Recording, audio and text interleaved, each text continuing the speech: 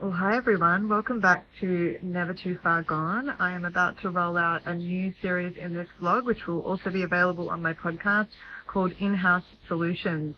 I am about to share with you something that I learned in the last year in my work in systemic renewal that is almost embarrassing to admit, which is that I have learned that we are far too reliant in our world today on expert consultants, and I no longer want to be an expert consultant, so I'm taking consultancy out of the framework that we use to get systemic renewal into the world and into the ether. Why? Well, what I have basically learned is that the consulting industry, though important and though it has its place, is something that we have become reliant on in a really unhealthy way.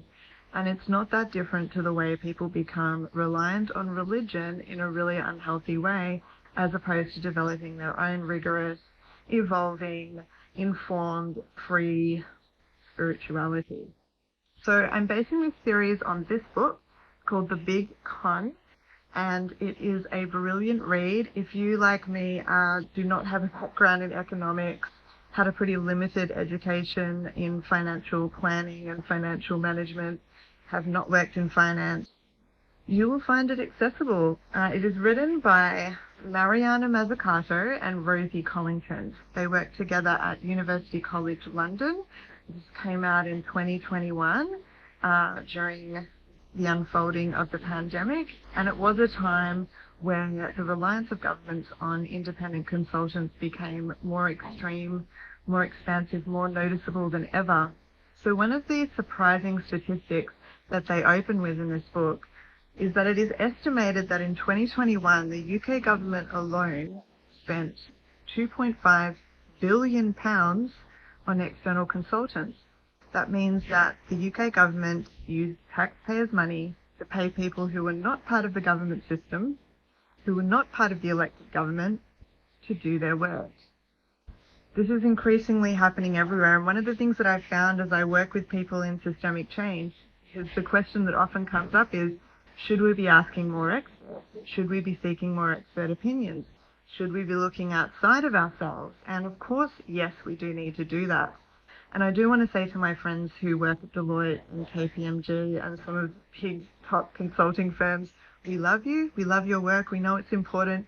We know we need independent reviews, auditors, and when it comes to compliance, we do need your work and your input. So I'm not meaning to undermine you.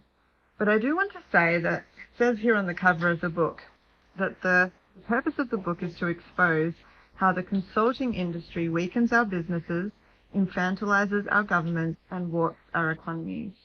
And what I have really learned is that this kind of infantilization, this paternalization, this feeling that we need this parent company, if you like, to tell us what to do, to carry liability, to carry risk for us, has made us really risk adverse, has made us live in a very fear-driven society that is building more and more fear-driven policies, and is in a way crippling our actual innovation and the talent that we have within our very organizations already to problem solve our own situations and to create an innovative future. So what I have learned in 2024 as we did our pilot year with Systemic Renewal is that I don't want to be a consultant anymore. I've learned that the best way for me to pass on the methodologies that I've been able to develop through my research is to give them to people who already are leading renewal in their context and empower them and support them from the sideline to start to implement it in the way that's right for them, in the way that's empowering for them within their organization. And this in the long run empowers the whole organization far more. You already have brilliant people who already have most of the solutions to the problems you're trying to solve sitting within your staff. And our over-reliance on expert consulting and advice can really cripple our ability to grow our learning capacity as an organization. So what Mariana Mazzucato really exposes is that as the consulting industry has grown from the 1980s to the 1990s, it has fueled a sort of fear that's starting to find its way into our bones. And I was having a champagne with a friend last week, and she was talking to me about how Santa Claus is kind of like the image that she always had growing up of God. You know, Santa Claus is this old man with a white beard who is going to tell you if you've been a good girl or a good boy. And this is exactly the kind of dysfunction in this kind of colonizing patriarchy that we've seen kind of thread into the history of institutional religion that we also see very much in infiltrating our economy. We are waiting for the old man in the sky to tell us if we've been good girls or good boys. And to some extent, we do need, of course, external, independent, objective eyes on our work, and I'm not saying we don't. But what I am saying is the fear that we're going to get in trouble, the fear of taking risks, leads to an increased privatization, leads to an increased reliance on private funding, leads to an increase in digitization and a decrease in human-centered design, a decrease in our capacity to grow really brave, powerful government that is responsive to and connected to the needs of its people. And it's the same problem that we have in any organization, including religious ones, when we become paternalized to the point that we start to cripple the capacity within our own very system. And the jewels that already exist in the history and the present that we have within that system. This fear leads to us forgetting how to learn, forgetting how to make mistakes and learn from them, forgetting how to be resilient as an organization.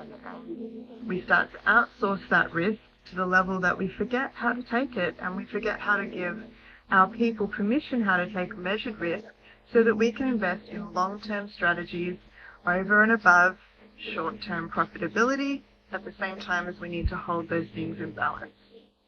So this would be my little challenge to you for this week. How could you, in your context, in your work, give the people that you work with, especially those best and brightest, those really brilliant people who are deeply committed to the system that you're in, and you know who they are, and they're already there. How could you give them a little bit more wriggle room in the next month to try something new, to work on something that could be a mistake in a measured, appropriate way? How could you start to hand the biggest challenges of your time to communities within your organization who have permission to learn and trial ideas together? And just be open to the possibility that some of the best work you'll ever do will actually come from within your organization, not from outside of it. I would love to hear your feedback of how you found this reflection this week or how it's related to you. And I'm going to leave you actually with a suggestion to listen to a song that inspired me as I was thinking about this theme, and I was starting to lean into the theme of in-house solutions, which will be the focus of the vlog for the next few weeks. So it's a song by Birdie, an old song called Keeping Your Head Up, and I love to speak these words over the people that I work with and support in my leadership. Hold your head up, hold tight, you're slowly coming back to life, and I will be keeping your head up.